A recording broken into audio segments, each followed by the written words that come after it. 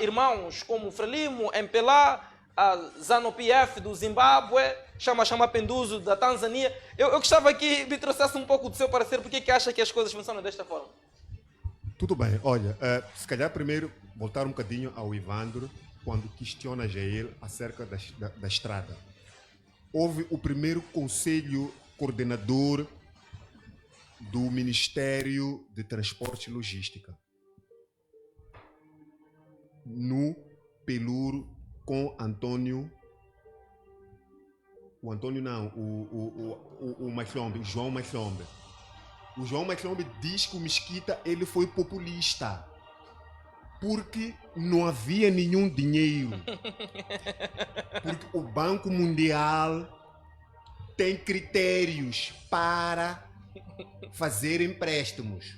Mas tem aqui algo que não coaduna. O Banco Mundial não é sócio de Moçambique nos anos 2000, 90. Desde os anos 80, o Banco Mundial tem trabalhado com Moçambique. Então, se tem trabalhado com Moçambique, é porque sabe muito bem quais são os critérios, quais são os caminhos que Moçambique deve apresentar ao Banco Mundial para que o Banco Mundial venha disponibilizar esta quantia. Então, para dizer que, Dr. Machombe, esta resposta não foi clara, esta resposta não coaduna, porque o Banco de Moçambique e o próprio Moçambique sabe muito bem como lidar com o Banco Mundial para que o Banco Mundial venha disponibilizar a quantia para a reabilitação eu vou da pedir estrada. 30 segundos só, Nhantumbo. Ali nos comentários do Facebook, o Ângelo diz: boa noite, Mano Clemente, o senhor deputado está muito certo.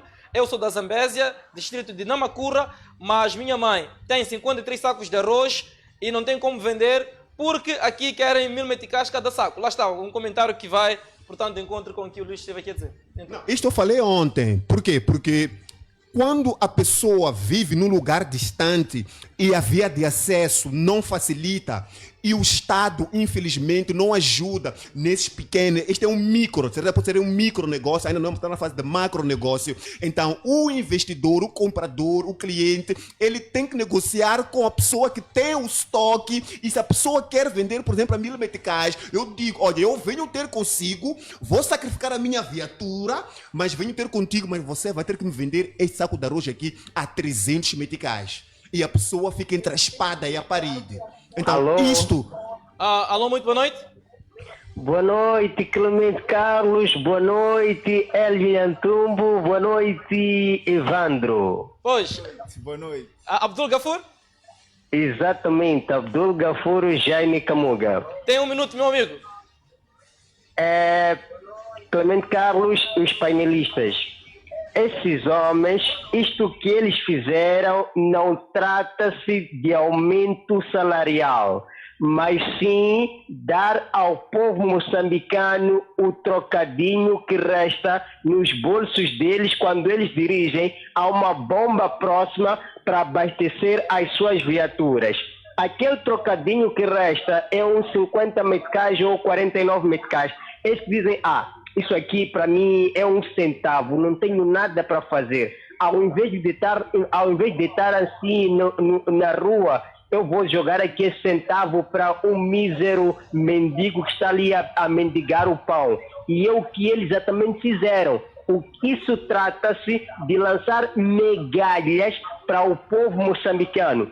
Imagina só, eles têm tudo e um pouco de tudo, menos nada. Não pagam a luz, não pagam a água, não pagam absolutamente nada.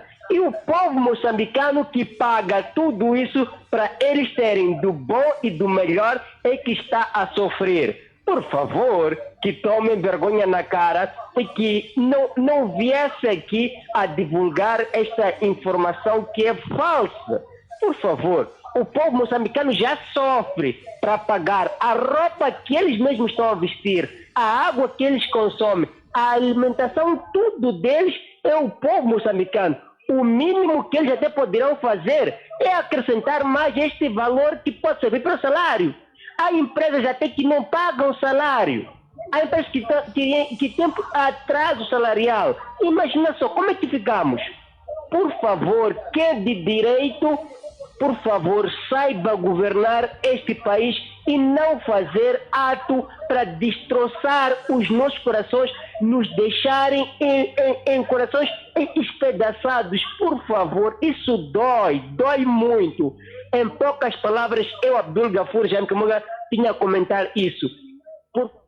Um abraço, Clemente Carlos, a Evandro e também ao Hélio Antumbo. Estamos juntos, Tua TV. Aquele abraço.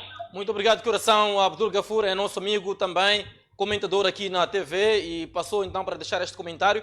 Enquanto isso, Evandro, eu vou pedir para o Antumbo só terminar o fio de pensamento e volto já consigo, só para não defraudar aqui do seu tempo. Vende-se imagem para o Ocidente de um país rico a um preço pobre. Os governantes devem parar de vender a imagem de um país rico a um preço pobre. Tradução?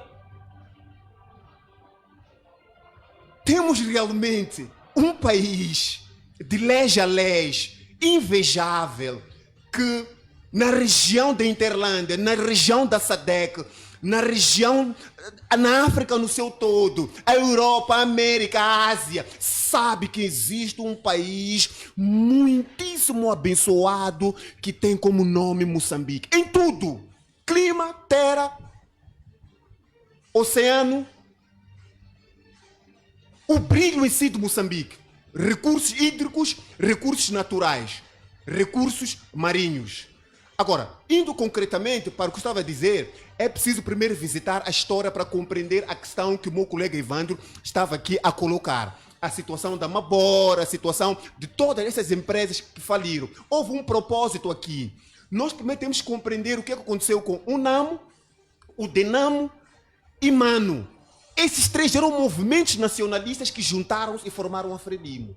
Nesses três movimentos, tinham três líderes que estavam a lutar não de uma forma inteligente. A quem uniu e formou a Frelimo. Não era partido Frelimo, era uma frente de liberação de Moçambique. E esta frente tinha como missão expulsar o colono. Mas depois tinham que sentar para debater aquilo que seria a visão estratégica deste país. Mas houve um grupo da Frente de Liberação de Moçambique que achou-se dono deste país e partidarizou o partido Frelimo. E este grupo, infelizmente, acaba se apropriando mais do partido quando o Mondlane perde a vida. E não tinham nenhuma visão de ver este país a crescer. Quando Samora Moisés Machel procura dinamizar este país, porque foi ele que industrializou, a nível da África Austral, o único país que Moçambique ficava atrás era a África do Sul. Moçambique era número 2 a nível da África Austral. Então isto... Não era uma herança colonial? Não. Moçambique, estou a falar da década 80, 78. Esta altura o colono já não existia. Okay. O único país que Moçambique ficava atrás era a África do Sul. Okay. Em termos de indústrias, nós tínhamos mais de 20 indústrias neste país a operarem. Por isso que o desemprego naquela altura não se falava. Tudo bem. Certo. Há quem vai dizer que o número de habitantes também era outro. Tá bem. Mas também não se falava de desempregados aqui como se fala nos dias de hoje. Então... Haviam as cooperativas. Haviam as cooperativas. Quer dizer, não estava noutro nível. Se Moçambique tivesse a galgar de lá até hoje, nós faríamos parte dos 5 países mais desenvolvidos de África, sem sombra de dúvidas. Mas isto incomodou o Ocidente. O que o Ocidente fez? Pegou o elo mais fraco, porque nesses três, do UNAMO, o DINAMO, aqui existiam traidores. E são esses traidores que depois deram as costas àquilo que era o plano nacionalista deste país e pegaram o país e trataram o negócio com o Ocidente. O Ocidente, quando Samora Moisés Machel perde a vida, então voltaram voltaram a se reencontrar e asfixiaram aquilo que são as indústrias, para que o FMI, o Banco Mundial, tivessem o livre trânsito. A falência dessas indústrias é um propósito de alguns senhores que fazem parte deste país. Não é nada por acaso, não foi mais gestão. Isto foi um decreto de falir essas indústrias, porque o FMI, o Banco Mundial, sabiam muito bem que falindo essas empresas, poderiam entrar em negociações com o Estado moçambicano e que saberiam muito bem que nunca teriam dinheiro para pagar. Se Muito nós bem. continuarmos assim, jamais nós vamos nos livrar desta gente, porque o Estado moçambicano está com uma dívida insustentável, Muito bem. impagável. Há cerca de 2 minutos eu queria interromper a sua dissertação para dar 2 minutos ao Ivandro e voltar consigo com mais 2. Entretanto, acabou gastando os seus 2 minutos, mas tenho aqui os 2 de Ivandro. Clement, o que nós temos que entender é simples e claro. Quanto maior for a produção, mais acessível este produto será para o povo. Ok? Porque a produção é maior. Este é um princípio básico de economia. Se o nosso país começar a produzir A sério. a sério produtos de primeira, segunda necessidade, o nosso país tem que não aceitar a importação de certo tipo de produtos. Já não estamos no nível de aceitar a importação de papel Ok. A4. Já não estamos no nível de aceitar a importação de tomate sauce. Não conseguimos, como Estado, aqui em Bela Vista, que é uma terra arável, bonita, plantar tomate. Tem 2 rios que atravessam aquela terra, o rio Maputo e Tembe. Plantar tomate e colocar uma fábrica que processa o tomate para massa tomate, para encher as prateleiras. Se vamos às prateleiras dos supermercados, é tudo produto internacional, sul-africano. É por isso que eu estou a dizer que há uma sabotagem. Luís Advogado, há de lembrar que quando Moçambique, em algum momento, houve problema aqui de transporte, de escoamento de produtos, a África do Sul ressentiu-se bastante na sua economia. Olha, Porque não se podia comprar aqui os produtos da África do Sul. Houve aqui a África do Sul ficou desesperada. Quando falaram dos valores que a África do Sul perde por dia quando a fronteira Ressane Garcia fechou. Certo. É absurdo. Então nós é que alimentamos até a África do Sul. Se nós pararmos de importar tudo que é produto de primeira, segunda e terceira necessidade da África do Sul colapsa. E os nossos moçambicanos aqui se tornam os prósperos, iguais aos sul-africanos a nível de África. Então, há esta necessidade. Poderia haver um cenário de sul-africanos virem aqui pedir emprego? Sem sombra de dúvida. Se o gráfico mudar. Se o gráfico mudar, sem sombra de dúvida. Mas há esta sabotagem. Por exemplo, o telespectador mandou uma mensagem. 30 segundos, considerações finais. Mandou uma mensagem a dizer que a mãe tem produção. Certo. E não consegue escoar, não consegue vender. Pergunta se estes grandes supermercados têm algum impedimento para meter as mercadorias internacionais, as mercadorias que vêm de fora. Não tem nenhum impedimento, tem apadrinhamento, tem ordens superiores para deixar passar. A alternativa para este país é nós nos tornarmos produtores, mudarmos as nossas políticas de governação e pararmos de importar. Muito obrigado. Nhantumbo, 30 segundos. Por que eu digo que é um propósito? Se for a compreender, a gente percebe que o governo insiste no ensino secundário geral. O que é que o ensino secundário geral traz como impacto para o crescimento deste país? Não traz nada. O indivíduo, quando faz 12ª classe, a única coisa que sabe, com dificuldades, é ler e escrever. Em termos de ofício, não sabe. Logo, isto mostra claramente que não há vontade política de querer mudar o quadro histórico. Porque se o país tivesse indústrias e assim formar indivíduos em carpintaria, eletricidade, mecânica, ciência, técnica, tecnologia, para lançar para o mercado. Veja só, Hélio, nós precisamos dos portugueses para fazer janela de alumínio e vidro. Nós não conseguimos. Não faz sentido. O alumínio é nosso. Não faz sentido. Tem que vir o português e o chinês fazer o alumínio e vidro. Olha, Clemente Carlos, a indústria é o setor dinamizador de economia de qualquer país na face da terra. Se tu não tens indústria, tu não tens como falar de economia e muito menos falar de independência econômica. Tal como a agricultura, pois não?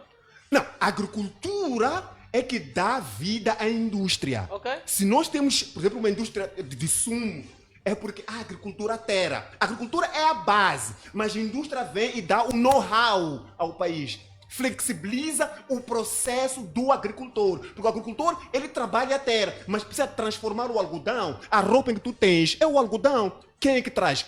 É o agricultor.